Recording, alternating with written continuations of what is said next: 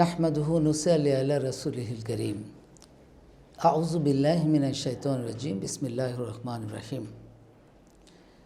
My dear beloved learners, আসসালামু আলাইকুম।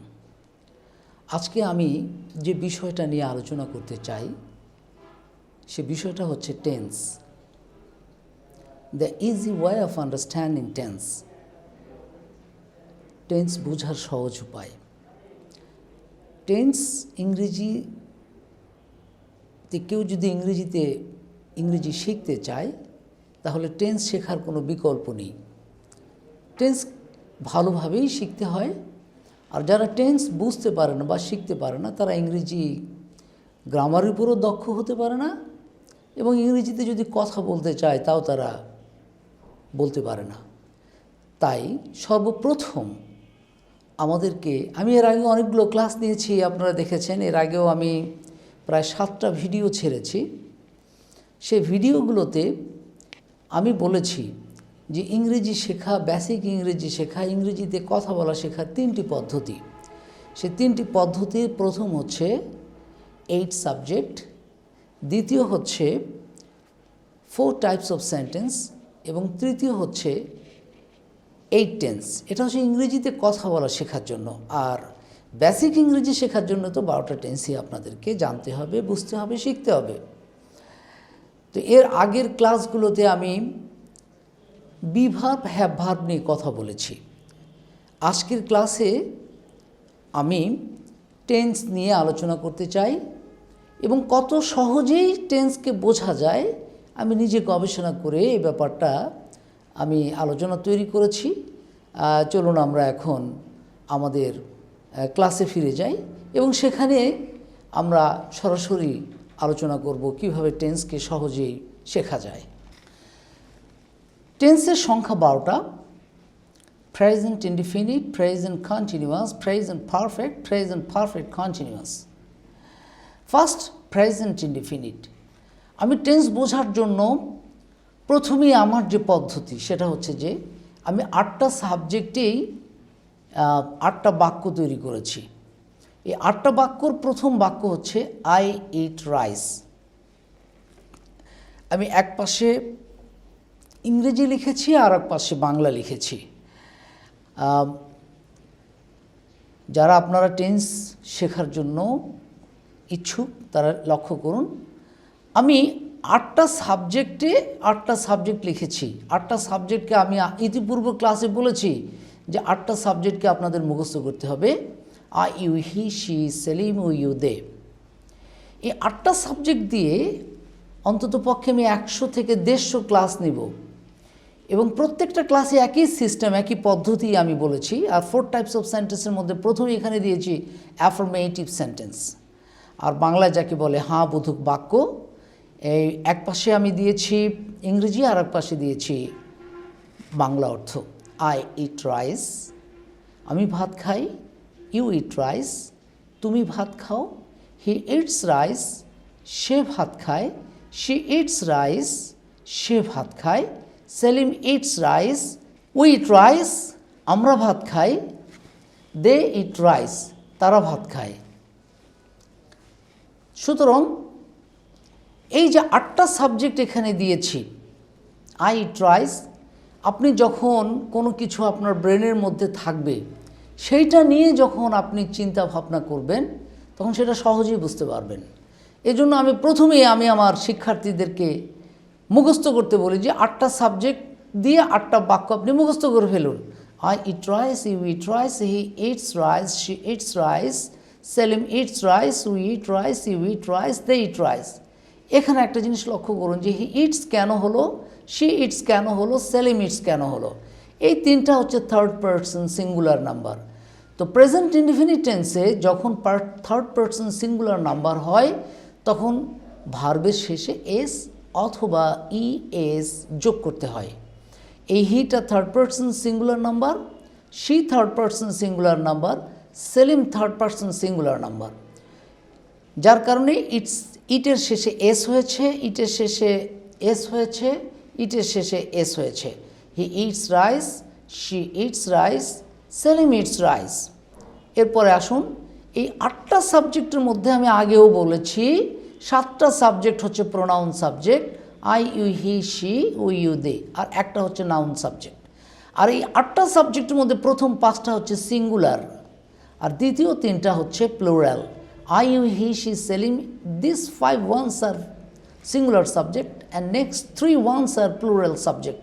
প্রথম 5টা সিঙ্গুলার সাবজেক্ট, দ্বিতীয় 3টা হচ্ছে প্লুরাল সাবজেক্ট। যার কারণে I eat rice, you eat rice, he eats rice, she eats rice, Selim eats rice, we eat rice, you eat rice, they eat rice. Bengali meaning হচ্ছে আমি ভাত খাই, লক্ষ্য করুন, আমি ভাত খাই, তুমি ভাত খাও, সে ভাত খায়, সে ভাত খায়, সেলিম ভাত খায়, আমরা ভাত খাই, তোমরা ভাত খাও, তাহারা ভাত খায়। এই হচ্ছে প্রেজেন্ট ইনডিফিনিট টেন্স। আমি এখানে একটা ভার্ব দিয়েই প্রেজেন্ট ইনডিফিনিট টেন্স বোঝানোর চেষ্টা করেছি। 8টা সাবজেক্ট এখানে দিয়েছি, একটা ভার্ব দিয়েছি ইট, শুধু ইট ভার্ব দিয়ে আমি টেন্স বোঝাতে চেষ্টা করেছি। I eat rice, you eat rice, he eats rice, she eats rice, Selim eats rice, we eat rice, you eat rice, they eat rice. Now come to the question, this is one question over here. আপনি আমাকে জিজ্ঞেস করতে পারেন যে sir আপনি এখানেও you লিখলেন আবার এইখানেও ইউ লিখলেন, দুই জায়গায় ইউ এর তো কোনো দরকার নেই স্যার। তো আমি কথা বলতে চাই, এই ইউ মানে তুমি আর এই ইউ মানে তোমরা। এখানে তুমি ভাত খাও আর এখানে হচ্ছে তোমরা ভাত খাও, এই জন্য দুই জায়গায় আমি ইউ দিয়েছি। দ্বিতীয় 3টা যেহেতু প্লুরাল সাবজেক্ট বা plural subject, for that cause we eat rice, you eat rice, they eat rice. প্রথম 5টা হচ্ছে সিঙ্গুলার সাবজেক্ট, দ্বিতীয় 3টা হচ্ছে প্লুরাল সাবজেক্ট। তো সাধারণত প্রেজেন্ট ইনডিফিনিট টেন্সকে বোঝার জন্য, ইংরেজিতে বোঝার জন্য সাবজেক্টের পরে যখন ভার্বের প্রেজেন্ট ফর্ম হয় তখন সেটা হবে অবশ্যই প্রেজেন্ট ইনডিফিনিট টেন্স। আর বাংলায় আপনি যদি বাংলা থেকে ইংরেজি করতে চান তাহলে দেখুন এখানে খাই, খাও, খায়, হ্যাঁ, খায়, খায়, খাই, খাও, খায়। এই খাই, খাও, খায় এর মধ্যে বাংলা থেকে যদি আপনি ইংরেজি বুঝতে চান তাহলে প্রত্যেকটা ক্রিয়া শেষে অ, ই, এ, অন্তস্থ অ, ও, দন্তন্য, এই 6টি চিহ্ন ব্যবহার হয়।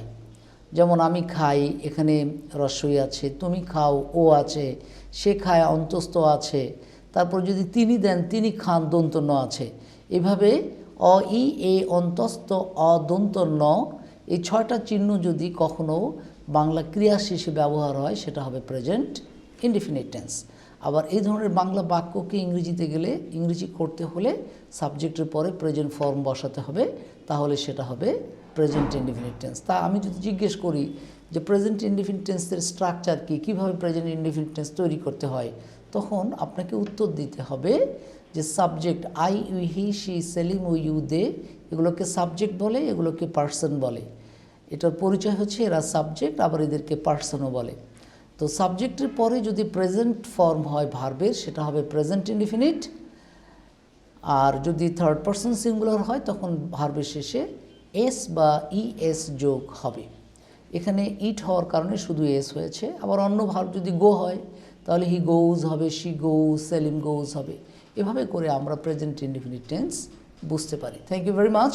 এখন আমরা প্রেজেন্ট কন্টিনিউয়াস টেন্সে চলে যাব। আজকে আমি আমার ক্লাসে 4টা টেন্স আলোচনা করব। Present indefinite, present continuous, present perfect, present perfect continuous. এখন আমরা প্রেজেন্ট কন্টিনিউয়াস টেন্সে চলে যাচ্ছি। Present continuous, look at the screen please. এখানে here I have written over here present continuous affirmative sentence. Present কন্টিনিউয়াসকে যদি আমরা কখনো ইংরেজি করতে চাই বাংলা থেকে, সাধারণত বাংলাতে থাকে আমরা সাধু ভাষার রূপ অনুযায়ী বাংলা করতে হয়। চলিত ভাষার রূপ অনুযায়ী কখনো আমরা প্রেজেন্ট কন্টিনিউয়াস টেন্সকে বোঝাতে পারি না। খাচ্ছি, খাইতেছি, খাইতেছি হচ্ছে সাধু ভাষা আর খাচ্ছি হচ্ছে চলিত ভাষা। তো বাংলা ক্রিয়া শেষে যদি কখনো তেসি, তেসো, তেসে, তেসেন এই 4টা চিহ্ন থাকে তাহলে সেটা হবে present continuous tense. Present continuous টেন্সকে যখন আমরা ইংরেজিতে অনুবাদ করব সেটাতে পরে যাচ্ছে, আগে বাংলা থেকে বোঝার চেষ্টা করি। যখন কোনো ভার্বের শেষে, এই খাওয়াটাকে ভার্ব বলে ইংরেজিতে, বাংলায় বলে ক্রিয়া। এই খাচ্ছি, খাইতেছি, আমরা চলিত ভাষা থেকে কখনো চিহ্ন ব্যবহার করতে পারি না, কারণ প্রত্যেকটি চলিত ভাষায় ছ কথাটা চলে আসে, এটা সঠিক নির্ণয় করা যায় না। আমরা সাধু ভাষার রূপ থেকেই সাধারণত নির্ণয় করি। যেমন এখানে লেখা আছে খাইতেছি, খাইতেছো, খাইতেছে, খাইতেছে, খাইতেছে, খাইতেছি, খাইতেছে, খাইতেছে। তো যদি আমরা সের জায়গায় তিনি দেই তাহলে হবে তিনি ভাত খাইতেছেন। তো এভাবে আমরা বাংলায় চারটা চিহ্ন আমরা পেয়ে যাই, তেসি, তেসো, তেসে, তেসেন। এই তেসি, তেসো, তেসে, তেসেন যদি কখনো কোনো ক্রিয়া শেষে থাকে তাহলে সেটা হবে প্রেজেন্ট কন্টিনিউয়াস টেন্স। তো এখানে আমি ভাত খাইতেছি, এই ভাতটা টেন্সের কোনো অংশ না, এটা টেন্সের বাইরের অংশ, মনে রাখতে হবে। শুধু টেন্সের অংশ হচ্ছে যে আমি খাইতেছি, আমি খাচ্ছি, আমি খাইতেছি। খাচ্ছি হচ্ছে চলিত ভাষা, খাইতেছি হচ্ছে সাধু ভাষা। তো যখন প্রেজেন্ট কন্টিনিউয়াস টেন্সকে আমরা ইংরেজি করতে যাব তখন সাবজেক্ট যেটা I, you, he, she, Selim we you, they, এই সাবজেক্টের পরে সাবজেক্ট অনুযায়ী এম, ইজ, আর, এই এম, ইজ, আরকে বলে হেল্পিং ভার্ব।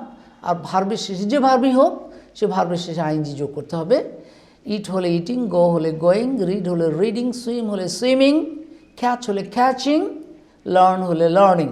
এভাবে প্রত্যেকটা ভার্বের শেষে আইএনজি যোগ হবে। তাহলে আয়ের শেষে আমরা কোন হেল্পিং ভার্ব পাচ্ছি? আয়ের শেষে অ্যাম, ইউ এর সাথে আর, হি এর সাথে ইজ, শি এর সাথে ইজ, সেলিমের সাথে is, we are, you are, they are. এটা এইভাবে মুখস্থ করে ফেললে মুখের সাথে সেট হয়ে যাবে, তখন আর ভুল হবে না। আমরা একটা ভার্ব দিয়েই টেন্স প্রথমে শিখব।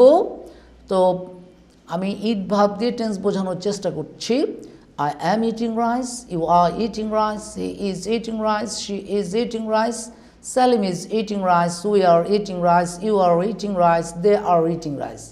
এভাবে আমরা এটা মুখস্থ করে ফেলবো। যখন একটা ভার্ব দিয়ে 8টা সেন্টেন্স আমি মুখস্থ করব, তখন অন্য কোনো ভার্ব দিয়ে যদি আমরা টেন্স বুঝাতে চাই তখন সহজেই মাথার মধ্যে ঢুকবে।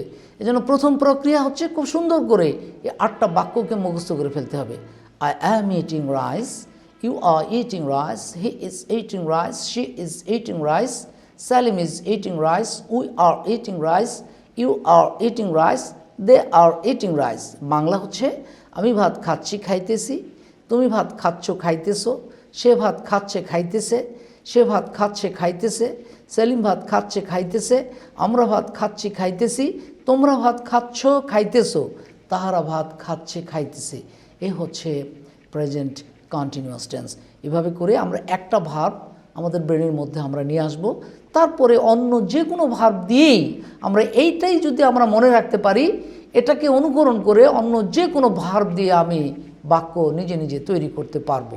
তো আমার এই পদ্ধতিকে আপনারা যদি ফলো করেন, টেন্স বুঝতে কখনোই অসুবিধা হবে না। এটা হচ্ছে গ্রামেটিক্যাল ফর্ম, টেন্স বোঝার সহজ উপায়। আবার এখান থেকেও আমরা স্পোকেন তৈরি করব। তবে পরবর্তী ধাপে যখন স্পোকেন ক্লাস নেব তখন স্পোকেন ক্লাসে আমরা এটা আলোচনা করব। এখন এটা হচ্ছে মোটামুটি present continuous tense, present continuous tense. এখন আমরা চলে যাব present perfect tense. Present perfect tense এখন নিয়ে এসেছি স্লাইডে। প্রেজেন্ট পারফেক্ট টেন্স কীভাবে হতে পারে? Present perfect tense, you please look at the screen and then you try your best to understand this one. যদি আপনি বুঝতে চান তাহলে আপনার মনোযোগকে আমার আলোচনায় দিন এবং স্ক্রিনে আমি কিভাবে আলোচনা করেছি সেটা আপনি দেখার চেষ্টা করুন। If you want to understand what is present perfect tense, how you translate from Bengali to English from in present perfect tense, then you can understand this one. Affirmative sentence Bangla থেকে যদি আমি ইংরেজি করতে চাই তাহলে ক্রিয়া শেষে ইয়াছি, ইয়াছো, ইয়াছে, ইয়াছে, ইয়াছেন এই 4টা চিহ্ন ব্যবহার করতে হবে। আবারও বলছি, বাংলা থেকে যদি প্রেজেন্ট পারফেক্ট টেন্স আমরা বুঝতে চেষ্টা করি বা প্রেজেন্ট পারফেক্ট টেন্স গঠন করতে চাই বাংলা থেকে, তাহলে প্রত্যেকটি ক্রিয়ার শেষে আপনি চারটা চিহ্ন পাবেন, ইয়াছি, ইয়াছো, ইয়াছে, ইয়াছেন। যেমন আমি ভাত খেয়েছি, এটা হচ্ছে চলিত ভাষা, এর সাধু ভাষা হচ্ছে খাইয়াছি। আমি আগেও বলেছি চলিত ভাষা থেকে কখনোই ইংরেজিতে অনুবাদ করা সহজ হয় না, কারণ প্রত্যেকটি চলিত ভাষায় সে কথাটা থাকে, সঠিক চিহ্নটা খুঁজে পাওয়া যায় না, কিন্তু সাধু ভাষা থেকেই চিহ্নটা খুঁজে পাওয়া যায়। আমি ভাত খাইয়াছি, এই খাইয়াছির শেষে দেখুন ইয়াছি আছে, তুমি ভাত খাইয়াছো, ইয়াছো আছে, সে ভাত খাইয়াছে, ইয়াছে আছে, তিনটা পেলাম। যদি এখানে সে না দিয়েই তিনি দেই তাহলে তিনি ভাত খাইয়াছেন, তাহলে চারটাই পেলাম। আমি যদি এই ইট ভার্ব ব্যবহার না করে অন্য ভার্ব বলি, যদি গো বলি, তাহলে আমি স্কুলে গিয়েছি, তুমি স্কুলে গিয়েছো, আমি স্কুলে যাইয়াছি, তুমি স্কুলে যাইয়াছো, সে স্কুলে যাইয়াছে, তিনি স্কুলে যাইয়াছেন, তাহলে ইয়াছি, ইয়াছো, ইয়াছেন। অন্য একটা ভার্ব এখানেও আমি দিলাম, আমি বইটি পড়িয়াছি, তুমি বইটি পড়িয়াছ, সে বইটি পড়িয়াছে, তিনি বইটি পড়িয়াছেন।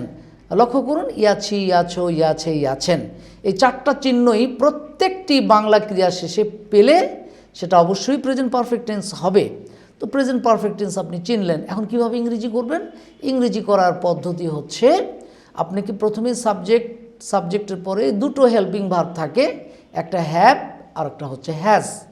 আর এটা প্রেজেন্ট পারফেক্ট টেন্সের গঠন পদ্ধতি হচ্ছে অবশ্যই ভার্বটা হতে হবে ফার্স্ট পার্টিসিপল ফর্ম। ইট থাকলে ইটেন, গো থাকলে গন, রিড থাকলে রেড, সুইম থাকলে সোয়াম, ক্যাচ থাকলে কট, রাইট থাকলে রিটেন। এইভাবে ফার্স্ট পার্টিসিপল ফর্ম হতে হবে। তাহলে প্রেজেন্ট পারফেক্ট টেন্স যখন আমরা জানলাম যে এটা প্রেজেন্ট পারফেক্ট টেন্স, তো এইটাকে যদি আমরা ইংরেজি করতে চাই তাহলে প্রথমে সাবজেক্ট হচ্ছে আই অনুযায়ী হবে হ্যাভ, ইটের পাস্ট পার্টিসিপল ফর্ম হচ্ছে ইটেন, আই হ্যাভ ইটেন। রাইসটা টেন্সের অংশ নয়, রাইসটা হচ্ছে টেন্সের বাইরের অংশ, এটাকে আমরা এক্সটেনশন বলতে পারি, অতিরিক্ত অংশ। একটা পরিপূর্ণ বাক্যকে তৈরি করার জন্য রাইসটাকে এনেছি, তবে অবশ্যই বুঝতে হবে রাইসটা টেন্সের কোনো অংশ নয়। আমরা এই সেন্টেন্সটাকে আরও টেনে লম্বা করতে পারি। তো টেন্স বোঝানোর জন্য আমি ছোট্ট একটা বাক্য দিয়ে বোঝানোর চেষ্টা করতেছি। আমরা এই টেন্সটাকে যদি টেনে লম্বা করি, যেমন I tries with Anwar at my home at noon by the help of my hand to remove hunger, বিরাট একটা সেন্টেন্স বললাম। তো এগুলো একটাও টেন্সের অংশ নয়, তো রাইসটাও টেন্সের অংশ নয়। তো শুধু এইটুকু, আই হ্যাভ ইটেনটা টেন্সের অংশ। আই অনুযায়ী হ্যাভ, ইটের past participle form eaten, you have eaten rice, he অনুযায়ী হ্যাজ ইটেন রাইস। আমাদের দেশের শিক্ষার্থীরা কোথায় হ্যাভ কোথায় হ্যাজ এটা ভুল করে, যার কারণে আপনি যদি 8টা বাক্য মুখস্থ করে ফেলেন, এই হ্যাভ হ্যাজ কোথায় হবে আর ভুল হবে না। এই জন্য আমি এই 8টা বাক্যকে মুখস্থ করার জন্য সবসময় পরামর্শ দিয়ে থাকি। আপনি এখানে মুখস্থ করে ফেলুন, I have eaten rice, you have eaten rice, he has eaten rice, she has eaten rice, Selim has eaten rice, we have eaten rice. Sorry, এখানে ভুল হয়েছে, এখানে হবে we have eaten rice, we have eaten rice.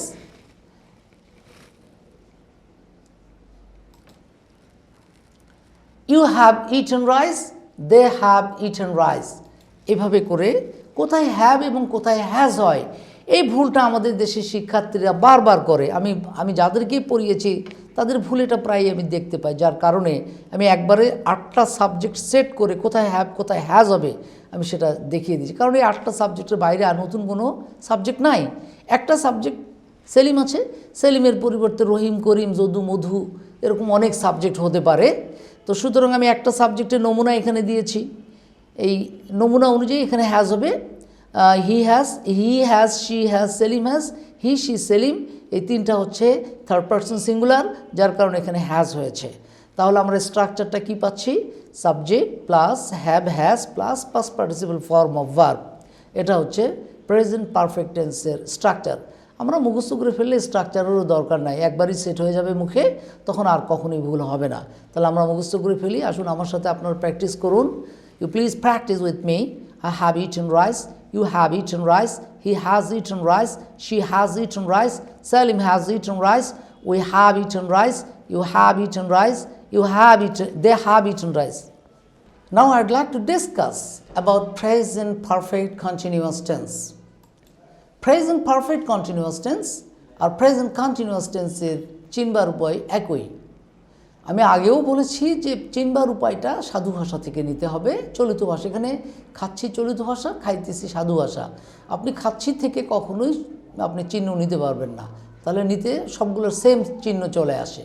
এই জন্য আমাদের টেন্সকে বোঝার জন্য সাধু ভাষা থেকে চিহ্ন নিতে হবে, তেসি, তেসো, তেসে, তেসেন। তবে present perfect continuous tense and present কন্টিনিউয়াসের মধ্যে একটা ছোট্ট পার্থক্য আছে। প্রেজেন্ট কন্টিনিউয়াসের মধ্যে কোনো সময় থাকবে না, প্রেজেন্ট পারফেক্ট কন্টিনিউয়াস টেন্সের মধ্যে অবশ্যই একটা সময় থাকবে। This is the difference between the present continuous and present perfect continuous tense. Here I have written 8 subjects. আমি 10 মিনিট, যেমন 10 মিনিট ধরে, এই 10 মিনিট ধরে ধরিয়া হতে পারে, বাক্যটা অনেক লম্বা হয়ে যাবে দেখে আমি এখানে ধরে লিখেছি। এই ধরে হচ্ছে চলিত ভাষা, এর সাধু ভাষা হচ্ছে ধরিয়া। তো আমি 10 মিনিট ধরে ধরিয়া ভাত খাচ্ছি, খাইতেছি। তুমি 10 মিনিট ধরে ধরিয়া ভাত খাচ্ছ, খাইতেছো। সে 10 মিনিট ধরে ধরিয়া ভাত খাচ্ছে, খাইতেছে। এখানে একটু ভুল হয়েছে, খাই কথাটা চলে এসছে, এখানেও খাই কথাটা চলে এসছে। তাহলে আমরা চিনতে পারলাম যে তেসি, তেসো, তেসে, তেসেন থাকলে প্রেজেন্ট পারফেক্ট কন্টিনিউয়াস টেন্স হয়। তবে প্রেজেন্ট কন্টিনিউয়াস আর প্রেজেন্ট পারফেক্ট কন্টিনিউয়াসের মধ্যে একটা পার্থক্য আছে, সে পার্থক্যটা হচ্ছে সময় উল্লেখ থাকবে। যেমন আমি এখানে 10 মিনিট এই কথাটা দিয়েছি, I have been eating rice for 10 minutes. হ্যাঁ, আমি 10 মিনিট ধরে ভাত খাচ্ছি, চলিত ভাষা দিয়ে বললাম। I have been eating rice for 10 minutes. You have been eating rice for 10 minutes. He has been eating rice for 10 minutes. She has been eating rice for 10 minutes. Selim has been eating rice for 10 minutes. We have been eating rice for 10 minutes. You have been eating rice for 10 minutes. They have been eating rice for 10 minutes. এইভাবে করে যদি আপনি মুখস্থ করে ফেলেন একটা verb দিয়ে 12টা tense, আর কখনোই আপনার কারো কাছ থেকে টেন্স বোঝার জন্য যেতেও হবে না। আপনি নিজে নিজেই টেন্স বুঝতে পারবেন এবং অন্য যে কোনো ভার্ব দিয়েই আপনি তখন একা একা বাক্য তৈরি করতে পারবেন। আমি আশা করেছি যে এই 4টা tense, present indefinite, present continuous, present perfect continuous tense আমি উদাহরণের মাধ্যমে বোঝানোর চেষ্টা করেছি। আপনারা আশা করি বুঝতে পেরেছেন। এভাবেই করে যদি আপনারা বাসায় বসে বসে অনুশীলন করেন, then you can understand and tense. If you want to speak English fluently, then you can take help from tense side, and you will be very helpful on the part of you to speak English fluently by using tense. Thank you very much. Now I would like to stop my class today. Inshallah, I will meet you in the next class. Thank you very much.